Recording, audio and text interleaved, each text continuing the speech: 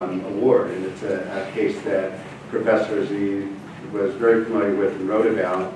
And then I had the profound privilege of being instrumentally involved with the case against Abercrombie & Fitch, which went to the Supreme Court, which also generated a lot of attention. So this is a center that is very near and dear to my life's work. So we're very, very happy to have it housed here at Rutgers Law School, and very happy that today we're going to be able to have hopefully a very wonderful discussion about some of these issues.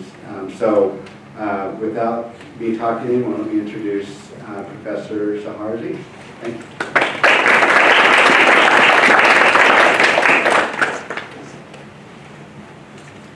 Thank you so much, Dean Lopez. We are so fortunate to have Dean Lopez here at the helm of our leadership because this is a very unique school, and it's a school that's attracted me and many other faculty members to it for the purpose of working on social justice and for having a space where we can engage in conversations that are otherwise controversial and oftentimes silenced and censored, notwithstanding the commitment to freedom of speech and freedom of expression that many people have in the country who oppose that type of speech. So two things I just want to highlight before I introduce our esteemed speaker is that oppression happens because two things exist. The first is those who are oppressed accommodate the system. They accept it and they accommodate it. And the second is bystanders are silent. So those members who may not be part of those communities, who may be part of other oppressed communities or part of the powerful, or the elite, or the majority of communities, are silent. And so part of the mission of this center is to challenge those two problems, is to empower those who are the target so that they don't accommodate it, and to empower the bystanders, people who may not necessarily belong to that community but have other privileges, so that they can make that interference. And I hope that this center is that for all of you and many students in the room. And it's part of the tradition of Rutgers Newark, which is to cause trouble for the common good. So with that, we couldn't have a more relevant speaker and academic and public intellectual. We're very, very fortunate to have Dr. Arun Kundnani with us today. His book, The Muslims Are Coming, Islamophobia, Extremism, and the Domestic War of Terror, which was published in 2014, was very instrumental in my own research and in many of those who work in this field, because these are not topics that you go and get a Pulitzer Prize for. These are topics that upset people and upset the elite and give voice to those who otherwise are powerless.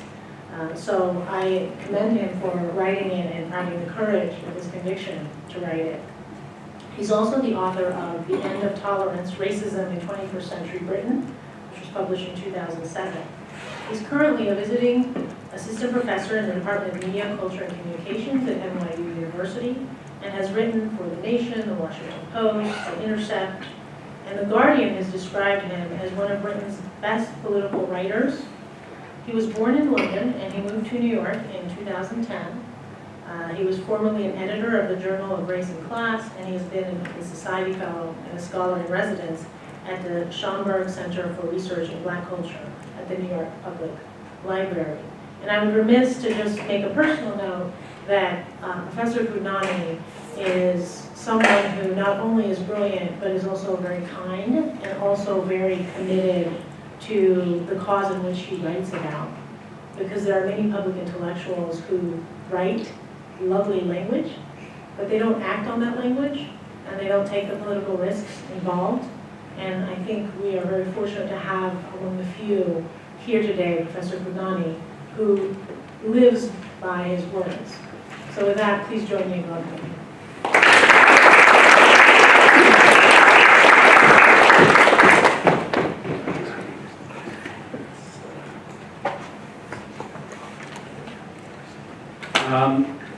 Okay, thank you. That was ridiculously generous. So, and it's terrifying when you get called a public intellectual because that's actually a common pretext for not giving you an academic job. Thank you. Thank you to all of you for coming. I want to welcome the creation of this centre today and the work it's doing on Islamophobia. As I'm going to argue today, the way we talk about Islamophobia right now is narrow and limited. And that's why we need centres such as this to that have centres such as this that have some measure of independence, institutional power to develop a different kind of scholarship on these questions.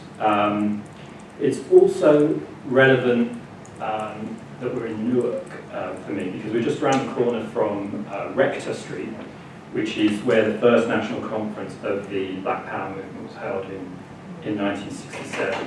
And one of the important figures who spoke there was A.Trapp Brown, who later converted to Islam and became Jamil al-Amin, and who's now incarcerated in the federal prison at Tucson, Arizona, after one of the first of the many unfair trials after 9/11 of Muslim Americans. And I'm currently working on his biography, so he's the man in the middle there of that photo. So one of the things that the participants in that conference in 1967 argued was that racism, imperialism and capitalism are intertwined aspects of the same system. Okay? That it's the same system that produces imperialist wars, such as the Vietnam War that we focused on at the time, the same system that produces racism at home in the form of segregation, exploitation, and police violence, and so on. Okay? So for them, the freedom movement that they were involved in was a struggle against US imperialism. That's how they began to understand it at this time. A struggle that necessarily had to be had in solidarity with anti-imperialists in other parts of the world, whether it's Vietnam or Puerto Rico or Palestine. Okay? So my argument is going to be that the same principle applies today in the context of the war on terror and Islamophobia. But we need to make the same connections between domestic racism within the United States and global empire. Okay? Why is that important? Well, I think the starting point for any discussion of Islamophobia today has to be the civilian deaths that have occurred as a result of the war on terror that we've led over the last 17 years. According to the Watson Institute at Brown University, since the war on terror began, 370,000 people have died, and then just focused on Afghanistan, Iraq and Pakistan, due to direct war violence. Okay? And it's likely that many times more than 370,000 people have died indirectly in these wars and continue to die due to malnutrition, damaged infrastructure and environmental degradation. Then we have 10.1 million Afghans, Iraqis and Pakistanis who are currently living as refugees and internally displaced persons in grossly inadequate conditions as a result of these wars. So overall, and this is something that we don't talk about enough, overall it's likely that the US government over the last 17 years, through its military actions in Muslim majority countries, has caused the deaths of at least 1 million men, women and children. Okay? And these crimes have become literally unthinkable in the United States. We can't picture them, we can't imagine them, silence reigns. So if you turn to even the liberal media of the New York Times or NPR, pretty much a near complete failure to reckon with that. To even consider what some kind of accountability for that might look like. Hollywood is yet to make the kind of movie that grapples with that violence, inflicted in our name, paid for with our tax contributions. What about academia? Well, here too there's an absence, I would say, to take seriously the imperial violence of the United States state. Where are the ethnographers who have studied what it means to live in a place where armed drones buzz over your home throughout the night? Where are the histories of the US discourse on terrorism as it has evolved from the Cold War into the 21st century? They exist, but they've been marginalised. We have here at Rutgers people like Deepak Kumar, Jasbir Pawar, and Zara Ali, who's here as well. We have Mahmoud Mamdani, people like Nazir Kazi, Sohail Talatsi, Junaid Rana, Stephen Salaita, Nikhil Singh, all doing important work on the relationships between anti-Muslim racism and the US empire. But their work has not been taken up institutionally to form the basis for a kind of sustained anti-imperialist research. and their work pales into insignificance besides the resources available to those scholars whose knowledge production serves the agendas of the US military. Most of the analysis by academics and by journalists continues to see Islamophobia simply as individually held prejudices against Muslims, founded on ignorance or hateful attitudes. Islamophobia is not seen as a structural feature of US political culture tied to imperialism. It's not seen as having a racial logic that's woven into the fabric of how the US understands itself and its role in the world. It's easier and more comfortable to produce studies of identity, diversity, and inclusion within the United States rather than to talk about the structural violence of the US empire. It's easier to talk about the rights of brown people to have careers in the US military than it is to talk about the rights of brown people not to be killed by the US military. Thus, there's a complete moral failure, I would say, across the official public culture of the United States to grapple with the violence that we carried out and continue to carry out, even as people affected in the Middle East, in South Asia, and Africa continue to struggle with the consequences of our actions. Politically, liberals and the left have been little better than conservatives. The planners, the cheerleaders for this violence have never been held to account. The torturers, the technicians of remote-controlled death from the sky have never been forced to answer for their actions in any kind of process of justice. It is as if a gang of killers were to announce their murderous intentions, then go out and murder huge numbers of people, and everyone just looked the other way and didn't say a thing as the bodies mounted. Now, there's only one way to explain this, and that is that the war on terror has rested on the dehumanization of its victims. Victims who have been racially dehumanized in their Muslims. As James Baldwin wrote, a racist society can't but fight a racist war. This is the bitter truth. The assumptions acted on at home are also acted on abroad. And that's how I define Islamophobia as anti-Muslim racism. Its significance does not lie primarily in the individual prejudices associated with it, but in its wider political consequences. Its enabling of systematic violations of the rights of Muslims both in the United States, but also, and to a greater degree, outside. Now, the usual objection to defining Islamophobia in this way is that Muslims are not a race. But all racisms are socially and politically constructed, rather than resting on the reality of any kind of biological thing we might call race. So it's perfectly possible for Muslimness to be racialized, just as, for example, Jewishness was racialized in the emergence of modern anti-Semitism. So like all racisms, Islamophobia can only be understood in the specificity of particular conjunctures of time and place. So there's no general formula that enables us to understand Islamophobia globally and across history. To understand it, for example, in present-day Europe or Russia or India or China, would require analysis of how local histories interact with the template of the Islamophobic war on terror as it travels from the US to the rest of the world. And like all racisms, Islamophobia operates at the level of ideology, at the level of state practice, and at the level of political economy. Today I'm going to focus on ideology and state practice within the United States in the post-Cold War period. And to understand Islamophobia in that time and place, I'm going to suggest that there's three key elements that we need to consider. So firstly, how the origins of this form of Islamophobia lie in the US foreign policy establishment as it tried to make sense of threats to US global hegemony at the end of the 20th century. That's the first aspect. Second, how this Islamophobia coming from the foreign policy establishment then embeds itself ideologically in popular culture by offering kind of everyday explanatory frameworks for what I call mediated crisis events, the terrorist acts that appear in our media. Right? But explaining those events in ways that disavow their political meanings and instead see them as expressions of Muslim culture. And I'll try and explain what I mean by that. And this is where Islamophobia is enabled by a kind of broader logic of racial capitalism. I'm taking that phrase from Cedric Robinson.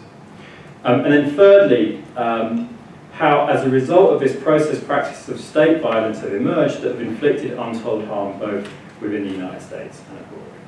So I'm going to spend a little bit of time just outlining those three elements of the argument, and here I'm drawing quite a bit on the methodology used by Stuart Hall and his colleagues in their 1978 book, Policing the Crisis, Mugging the State and Law. So firstly, let's look at this part of it that's to do with the foreign policy establishment. So since at least the 1979 Iranian Revolution, the US foreign policy establishment has regarded the Middle East as the most troublesome territory in its mental map of the world. It appears to them a region where resistance to empire seems to be especially strongly felt, particularly against the United States' key regional ally, Israel. As Edward Said argued, the US political reaction to the Palestinian national struggle is central to the emergence of Islamophobia in the United States. Already in 1972, the Nixon administration issued a set of directives known as Operation Boulder to enable the FBI and CIA to coordinate with the pro-Israel lobby to subject pro-Palestinian political activists to surveillance and harassment. From the late 1970s, the pro-Israel lobby began to use Islamophobic arguments to try to discredit the Palestinian movement within the United States. So a series of conferences in Washington, D.C., organised actually by Benjamin Netanyahu, who was then the Israeli permanent representative to the United Nations, promoted the idea that terrorist violence was endemic to Islam. So this is at a time when criticism of Israel's human rights violations is rising within the United States, especially after its invasion of Lebanon in 1982. And the aim from the Israeli point of view is clear, right? The idea is that rather than Americans seeing what's happening in Palestine as a matter of a military occupation and a struggle against it, a military occupation funded in part by us, it's more convenient from the Israeli point of view for us to think that Arabs are just inherently fanatical against the West. In other words, the problem then becomes not our political relationship with Israel, but their culture. Right?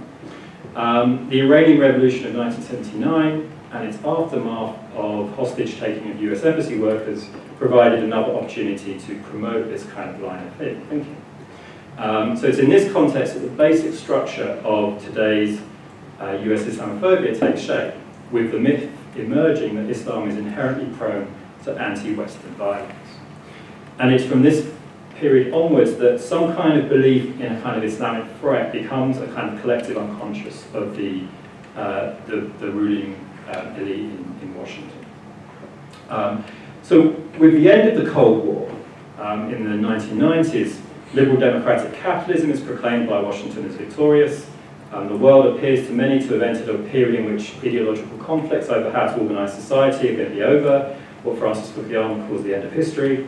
The Palestinian struggle stands out as the one remaining political conflict of the 20th century that could not be incorporated into what was called the New World Order.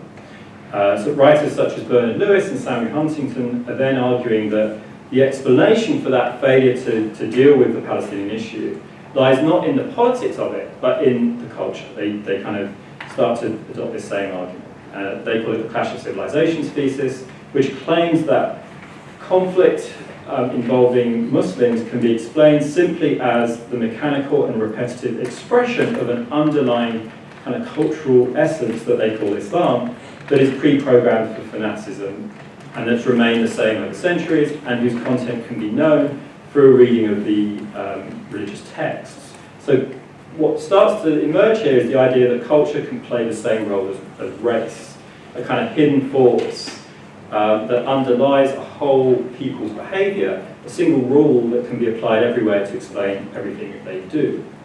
And thus Islam is defined as the new enemy that will replace communism. Now remember, the neoconservatives who are making these arguments on their own account understand that for them, they perceive that in order to unite a society divided by class and all kinds of other divisions, you need an enemy, right? And that's their kind of logic. You need an enemy in order to maintain the status quo.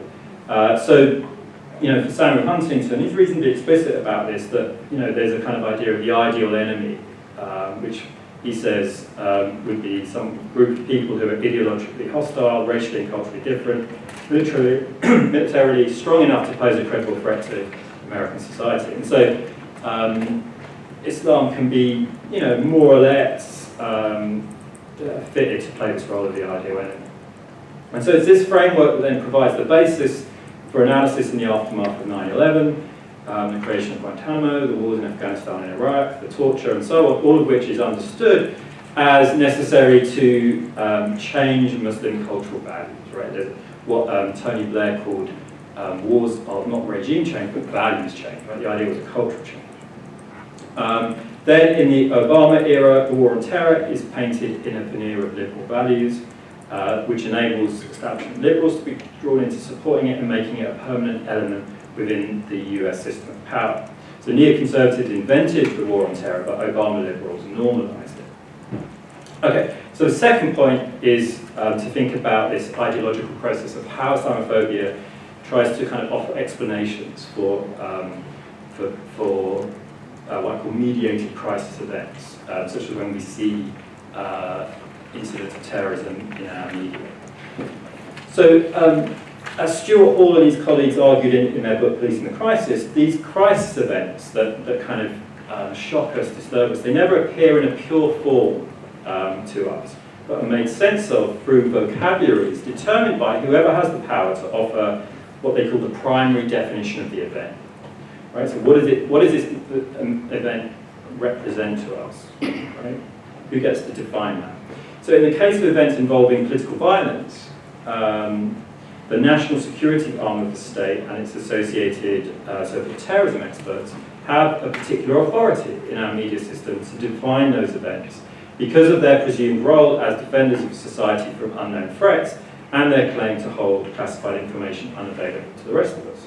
So they become the primary definers, and that sets the limit for all subsequent definition by framing what the problem is. Right? So this is an ideological process of defining and explaining crises, giving meaning to disturbing and troubling events, which also then gives us a kind of restores a sense of control over the world. Because if we can explain it, it feels like we can control it. If we can put it within a framework, it's no longer so shocking to us. It feels like it's part of the rational order of things we can understand, things we can work on, something that we can handle, manage, regulate, survey. Right? This is what this kind of production of knowledge in relation to terrorism is partly about. So terrorism, for example, terrorism is always violence with specific political goals. Right? That's what it is.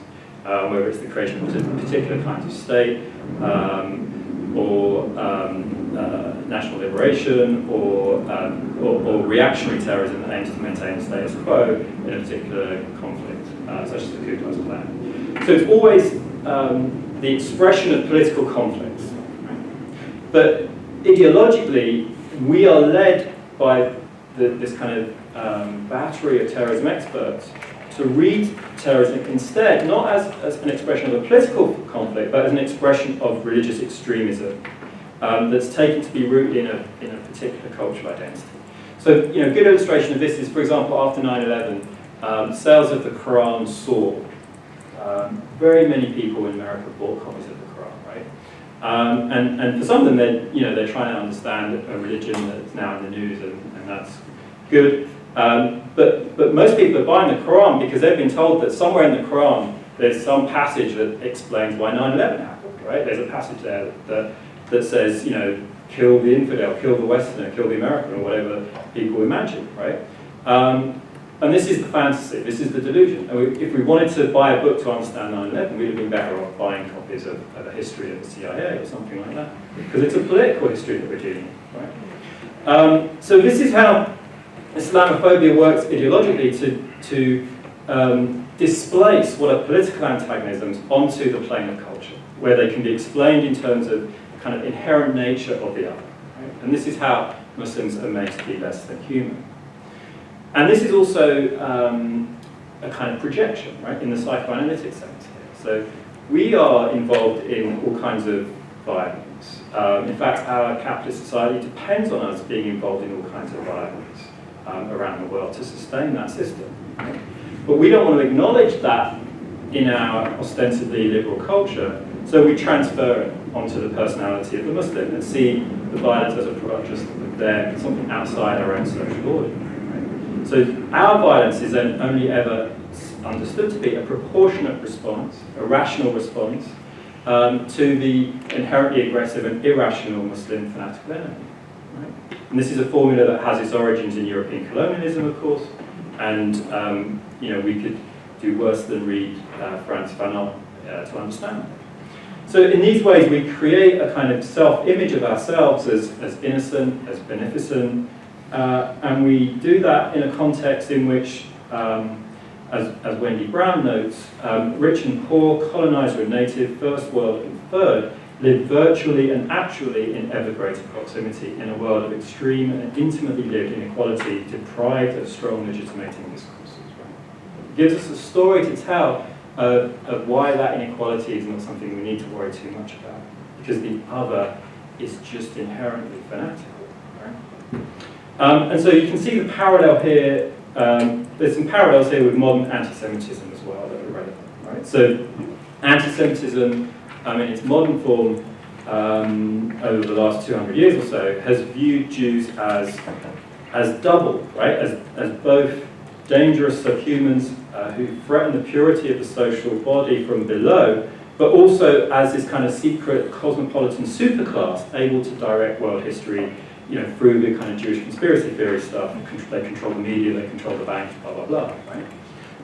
So what that does is it enables anti-Semitism to connect real frustrations and desires that a class society produces, right? Concerns about inequality and so forth, but redirects them away from their actual origin in that class society and instead projects them onto this Jewish enemy who secretly screwed up our banking system and so forth, right? And so what you need to do in order to do that is to fantastically inflate who Jews are, to make them all powerful, right? And the only way you can do that is through a conspiracy theory. Islamophobia works the same way now, right? This conspiratorial mode. So, President Obama, of course, secretly Muslim. State Department is already taken over by the Muslim Brotherhood. The European Union is no more than a front organisation to enable the Arab colonisation of Europe, right? So on the one hand, you have Islamophobes who seeing Muslims as kind of dangerous immigrants, this kind of underclass, their kind of medieval belief system that's disrupting our society, etc., etc. At the bottom, but then also they're perceived as this kind of super powerful group that's already in charge of America. Right? So in these ways, what happens is that our class-divided society is naturalized and depoliticized with this fantasy of a kind of homogenous cultural us that needs to be defended from these enemies. And in both cases, we have the same kind of metaphors that are kind of quasi-biological metaphors. We always talk about the virus of extremism. This tells us that we're in the domain of race. None of this, of course, means that critiques of Islamic belief are somehow in themselves Islamophobic. It means that once we see Islamic beliefs as inherent to and totalizing of everything that Muslims do, then we are starting to enter that line of being Islamophobic. Okay, so third point, state violence. So when President Obama left the White House, he passed on to Donald Trump control of a military machine that was bombing 7 countries in the Middle East: Yemen, Pakistan, Afghanistan, Somalia, Iraq, Syria, and Libya. In the last year of the Obama administration, the military dropped 12,000 bombs in Iraq. Each month, 1,000 civilians were killed in bombing raids in Syria and Iraq. 53% of refugees globally come from 3 of the countries that the US has been bombing.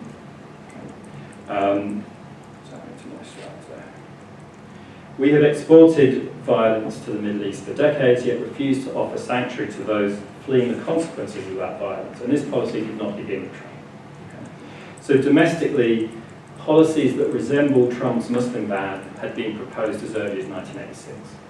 So in that year, the Immigration and Naturalization Service produced a secret contingency plan that detailed how foreign nationals from 8 Middle Eastern countries could be arrested and deported without allowing their attorneys access to the evidence presented against them. 10 years later, the 1996 Anti-Terrorism and Effective Death Penalty Act gave birth to what's called the Material Support for Terrorism statute, which since then has become the basis for the imprisonment of hundreds of Muslim Americans for expressing opinions that could be presented as aligned with terrorism. And it allowed government evidence to be heard in secret in detention, hearings and trials. So in the first year of the war on terror, at least 100,000 Arabs and Muslims living in the United States personally experienced one of the various post-9/11 state security measures arbitrary arrests, secret and indefinite detention, prolonged detention of material witnesses, closed hearings, use of secret evidence, government eavesdropping on attorney-client conversations, FBI home and work visits, wiretapping, seizures of property, removals of aliens with technical visa violations, and mandatory special registration. Under the War on Terror, the concept of radicalization has provided the primary lens through which Muslim populations have come to be viewed. Radicalization is meant to refer to a process by which Muslims transform into ideological fanatics with the potential for violence, a process which can supposedly be observed through subtle but observable changes in appearance. According to the New York Police Department, for example, growing a beard or wearing what it refers to as traditional Islamic clothing count as indicators that one is in the second of 4 stages of radicalization. According to the FBI, by the way, if you're a smoker in New York City, don't give up smoking, because giving up smoking is also an indicator of radicalization, according to the New York Police Department's analysis of radicalization. According to the FBI's analysis, increased activity in a pro-Muslim social group or political cause is a sign of being in stage 3, one level away from becoming an active terrorist. So what's happening here is that knowledge claims are being made that are predictive, right? The indicators of radicalization are in themselves, not criminal acts, but taken as signs that violence will occur in the future.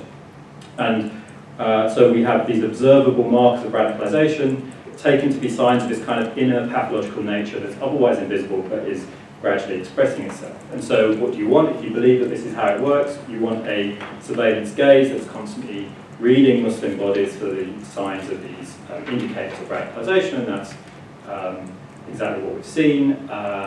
Facial hair, dress, becoming signifiers of the bad Muslim. And the continuities of a longer history of racial surveillance in the United States should be apparent.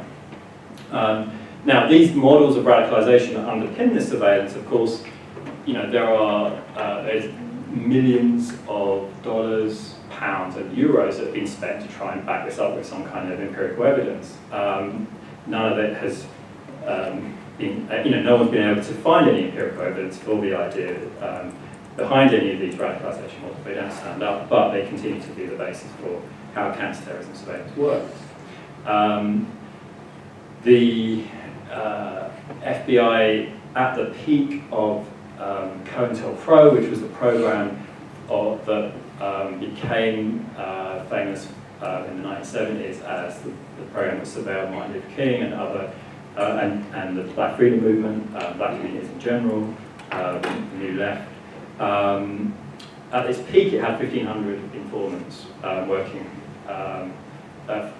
paid informants working for the FBI. We have at least 15,000 paid informants working for the FBI now. And the impact of these radicalization models is also played out in the courts, right? So it's given rise to the view that religious or political expression can be legitimately viewed as evidence of violent intent or as material support for terrorism. So the legal interpretation of free speech has shifted under the influence of these radicalization models. You see that in the Supreme Court's 2010 Holder versus Humanitarian Law project,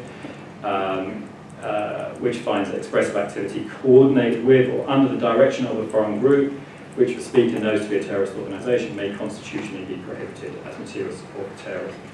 So in this way, Islamophobia is also a way of preventing Muslims from expressing dissent against empire. Muslim dissent is no longer heard as dissent, but only as extremism. So let me turn briefly to a few things about Donald Trump.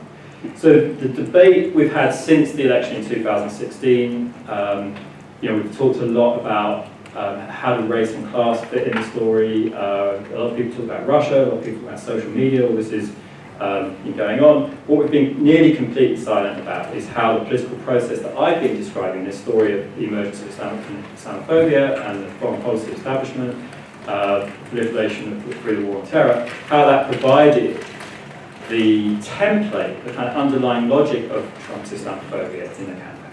Right? So it wouldn't have been possible for Trump to win the election if it wasn't for this history that I'm describing. Trump's call for a ban on Muslims entering the United States made explicit what was already implicit in the policies of the war on terror under Bush and Obama. So if you look at the 2016 American National Election Study, which is the large study done by the University of Michigan and Stanford, I think, found that the best predictor of who voted for Trump in 2016 is someone who thinks that President Obama is secretly a Muslim. Islamophobia is central to it. What he was doing, what Trump was doing, was exploiting the gap between the kind of official multicultural pieties that we tell ourselves that the Obama administration told itself, and the actual practices of war-making, racial war-making, on the implicit assumption of an inherent Muslim problem. So Trump's kind of just saying, oh, well, let's bring out what you're kind of doing already implicitly, and that's actually just make it part of our explicit rhetoric.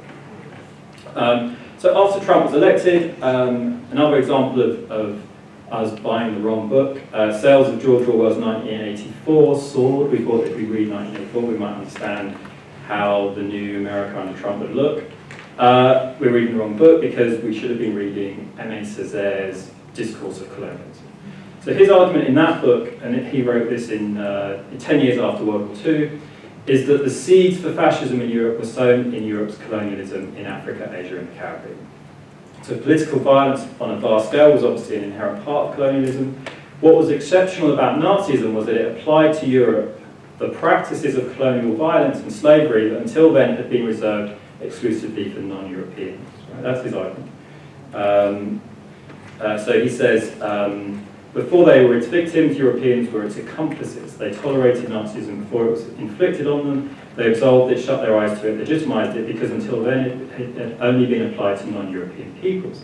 So what he's saying is that European colonialism provided the model for the racism and violence of European fascism. The colonial state, like the Nazi Party, strips civil rights, conducts mass expulsions, concentrates populations in camps, perpetrates genocide, all organized through racial categories. So he goes on, colonialism brutalized the European in the true sense of the word, to degrade him, to awaken him to buried instincts, race hatred, moral relativism. A poison is distilled into the veins of Europe, and slowly but surely the continent proceeds towards savagery. And then one fine day, the bourgeoisie is awakened by a terrific boomerang effect. The Gestapo's are busy, the prisons fill up, the torturers standing around the racks. That boomerang effect that he talks about, that kind of shock of suddenly feeling like what we thought was a liberal society has descended into something very authoritarian. That's exactly, it seems to me, what we have experienced in the last few years. So on this view, fascism in Europe is colonialism coming home in the 20th century. And that's the lesson of European colonialism, that violence we practice abroad always comes home in some form. Today, the United States, because we continue to practice colonial violence abroad, is confronting new forms of fascism at home. The same process is going on, Trump being one expression of that. Meanwhile, in Europe, the same process is going on.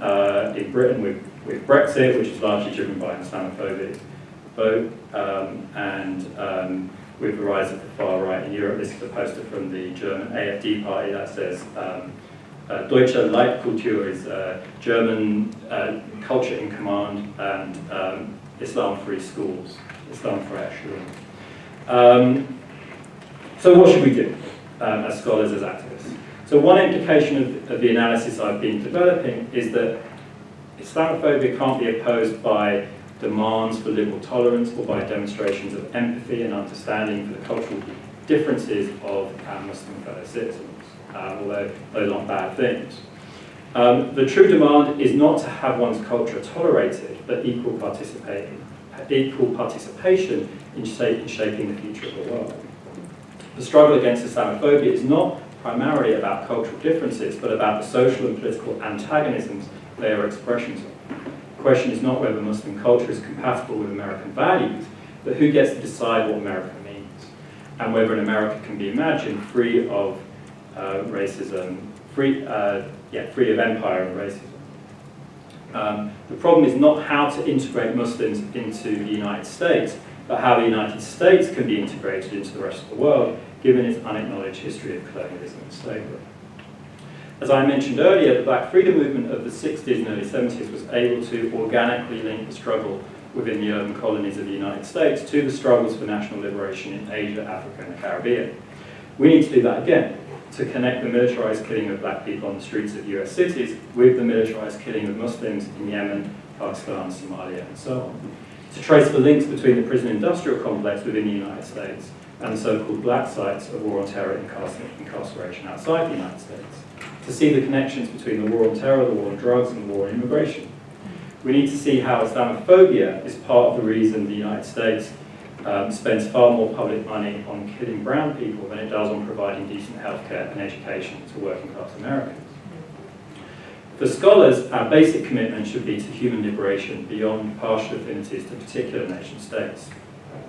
The question that should be asked of scholars producing knowledge of colonized populations are the questions posed by an 1974 editorial in the journal Race and Class, of which I'm on the editorial board. What good is your knowledge to us?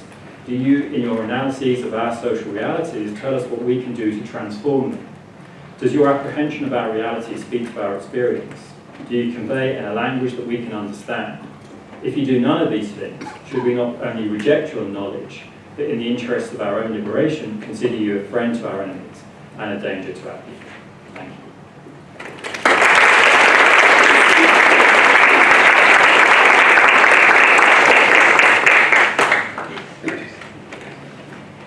Thank you so much, Professor Kudnani.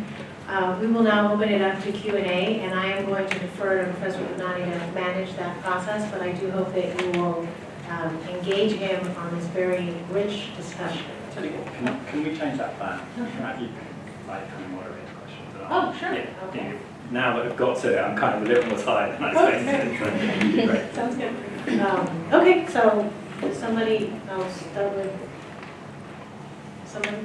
Yes. Well, I guess my question would be, oh, okay. My question would be what your suggestion is for us as ordinary citizens and for us as future lawyers for combating this this ingrained cultural concept and the consequences of it. Yeah. Well, I'll have a go answering that question, but that is obviously the hardest question that you can answer.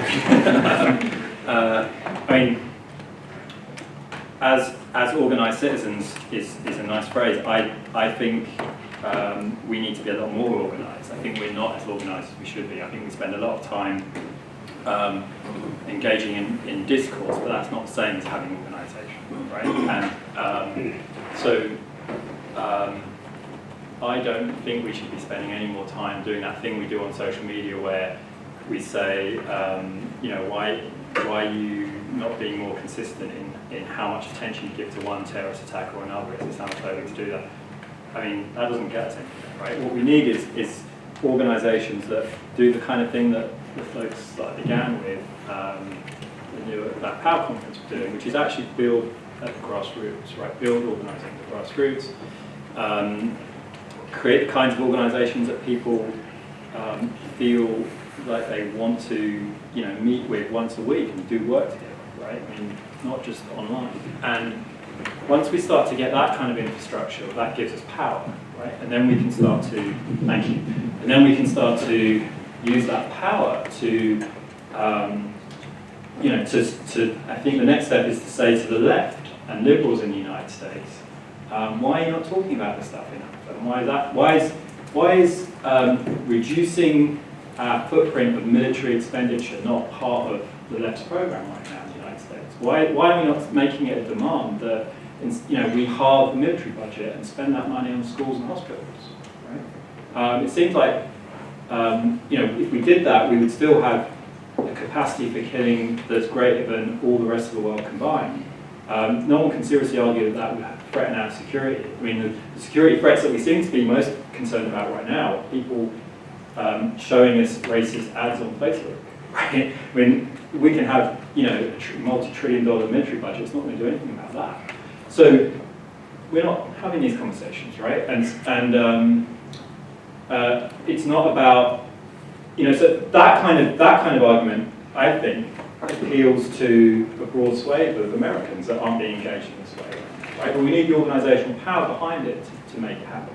On the question about what can lawyers do, I guess, I know I shouldn't say this in a law school, but I don't think laws bring about social change. I think what laws do is codify victories that we've got in other ways, right?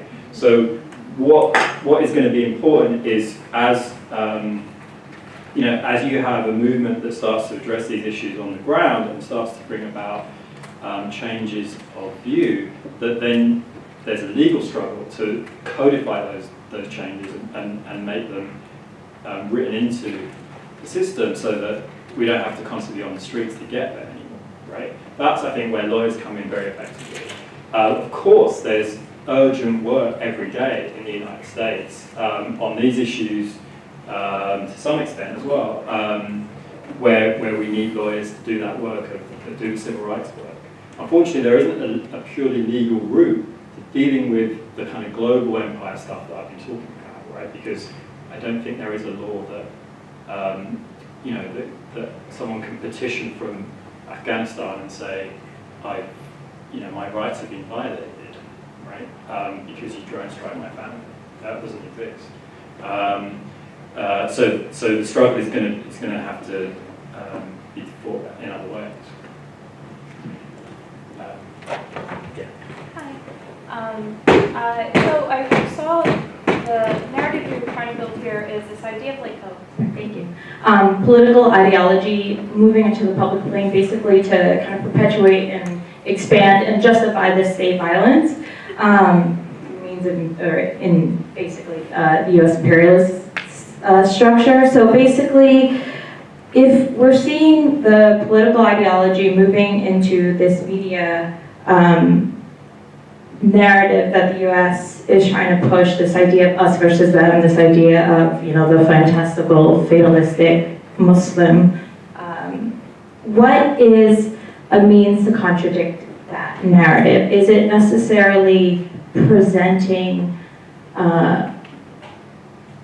some kind of middle ground that Muslims are not, you know, fearful, right? That they're just like regular human beings, and therefore, not only in a domestic sense, also introducing that you're actually killing people abroad and like making them human, because it's very easy to not acknowledge that we kill a lot of people.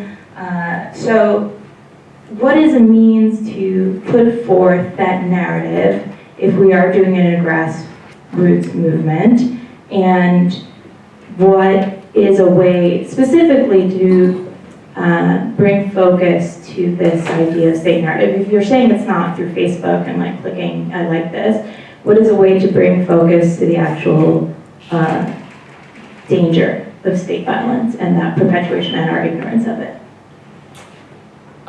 Okay, so, you know, I think the first, I mean, there's a lot of things to kind of unpick there. So, I mean, one thing we need is an ability to, you know, the question is who produces knowledge here, right? We think we know what we're doing, but who produces that knowledge, and what it might look like for that knowledge to be produced from other constituencies? That's kind of the underlying question here, right? So, what would it mean for us to enable the people who are the victims of this violence to actually articulate the experience, right? And we actually, you know, for all our kind of talk about balance in the media, that never happens. I mean, every time that there was a New York Times article about, you know, about drone strikes, you would get you essentially get the recycling of a press release from the Pentagon, and if you're lucky, a comment from the ACLU. But you never got anyone on the ground talking about what that meant, right? So it's part of this is about, you know, how can we get those voices so that a different kind of knowledge can be produced about what that experience looks like, right? And that's a difficult, complex question. It's about institutional power and so forth, right? I personally don't think that it's a good idea for us to, here in the United States, to make the argument that Muslims are just regular people, right? That kind of argument, what we're doing then is kind of, we're in danger at least of operating within this framework of the kind of good Muslim, bad Muslim, the kind of moderate Muslim versus the extremist Muslim, and the moderate Muslim is always the one who's supposed to be more American, right? And what we do then is imagine that the less American you are, the more dangerous you are, right? Which of course is part of the problem. So, you know, I mean, the kind of extreme version of that is what you saw at the Democratic National Convention in 2016, when you had, remember, Kizar Khan criticizing Trump on the basis that, well, he's wrong about Muslims because look at my son died fighting in the United States in the Iraq War. Well, that's a really high bar that you've got to cross to be accepted as a good Muslim, right? And so I think it sets up traps for us. So, I think the question is, how can we create space for people who experience this violence to talk about it on their own terms, in their own vocabulary, with their own analysis, and not force them to assimilate into our codes of acceptable and unacceptable, right? And that's a question of power. That's why we need to be organised, because you don't get that just by doing it and talking about it. No one will even listen. I mean, there have been people from Yemen who travelled to the United States and wanted to talk to the media and testify about what that meant, and no one paid any attention, right? Because what they're saying doesn't fit in our expectation of the work you did, right? So we need to give them power so that they can force their message on us, not just wait for us to be nice enough to listen to them. That's the real issue.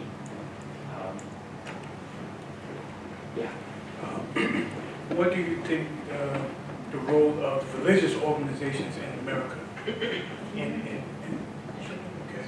What do you think are the roles of the religious organizations in America in the pushback of Islamophobia? Yeah, thank you. So obviously in the United States, many people make sense of who they are, make sense of the world through their association with religious organisation, right? So it's a major vector of how people form their views of the world.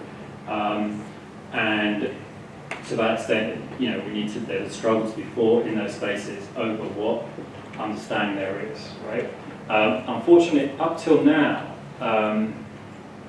the framework has been a kind of interfaith framework, right?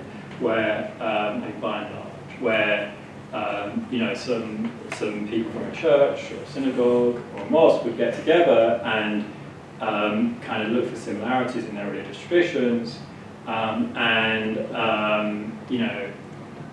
share some foods from their different traditions and kind of do that kind of thing, right? Build personal relationships through that sharing of cultural histories.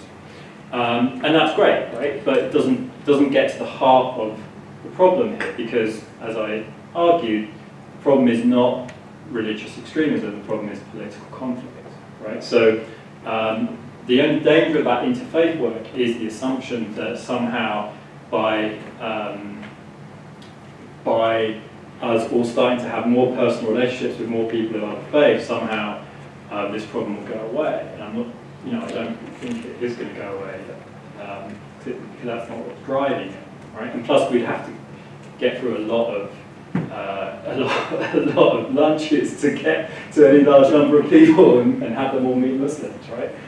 So it's good. I think it's good work, but it doesn't really get to the heart of the problem. So I think the model rather, to me, would be something like the role of, the role of black churches in civil rights, where that institutional infrastructural power in a community gets mobilised for a political cause, right? Provides the kind of resources, the connections, the sense of community that can be the basis for a movement, right?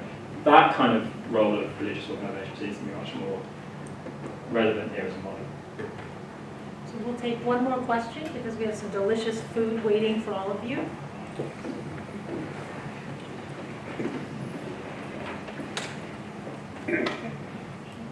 So my question is that people often read media and news that reinforces already what's in their head. So really, what can you do to reach people that are Islamophobic that kind of stick and don't listen to any kind of outside sources except for those kind of media that they're used to? Well,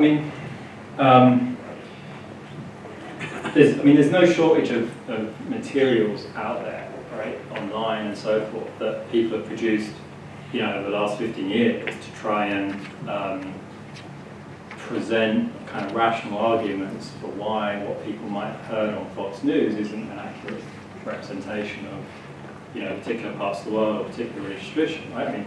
There's no shortage of that material. Many people, and actually there's no shortage of philanthropic funding to kind of do that kind of myth busting, right? I've sat in meetings involved in all kinds of projects over the years that reasonably well funded, designed to combat Islamophobic propaganda, and kind of, you know, try to think about how can we present the facts, right? How can we make people more reasonable and rational, right? It doesn't really work, right? Because what you have to understand is the role that ideology is playing in social structure and in how someone relates to the social structure, right? So there's no point saying to, you know, if someone says, you know, Islam is a violent religion, right? There's no point just kind of coming back with, you know, quotes from religious authorities saying Islam is a religion of peace. You know, they're just going to say, well, those people that you're quoting might think that Islam is a religion of peace, but what about the terrorists, right? And you just go around in circles, and you've seen that for decades now, right? So the answer is not. The answer is to try and understand how, you know, the role that ideology is playing, the explanations it provides for people, why they need this explanation even when they're confronted with facts that seem to go against it, and they cling to it, right? And the reason is because of the things I've been trying to talk about, that sense that we are an innocent and good country, rather than just another country in the world that's good and bad like everyone else, right? I mean, that's kind of what we're running up against when we talk about this stuff, right? I mean, no one wants to throw away that sense of American exceptionalism, right? That's part of the root of it. No one wants to believe that we've done something quite bad, you know? I mean, and we have, but it's hard to kind of acknowledge that. Then throw in the mix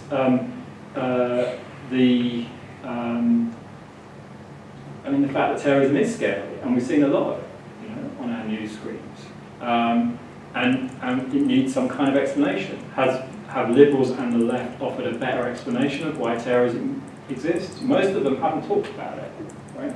And just kind of offered us multicultural platitudes about Islam is a religion of peace, rather than trying to get to the root of the problem. So I think for all of these reasons, you know, we're not doing a good job. But hopefully, from what I'm saying, you can see how we might do a better job once we develop this kind of analysis that I've been talking about.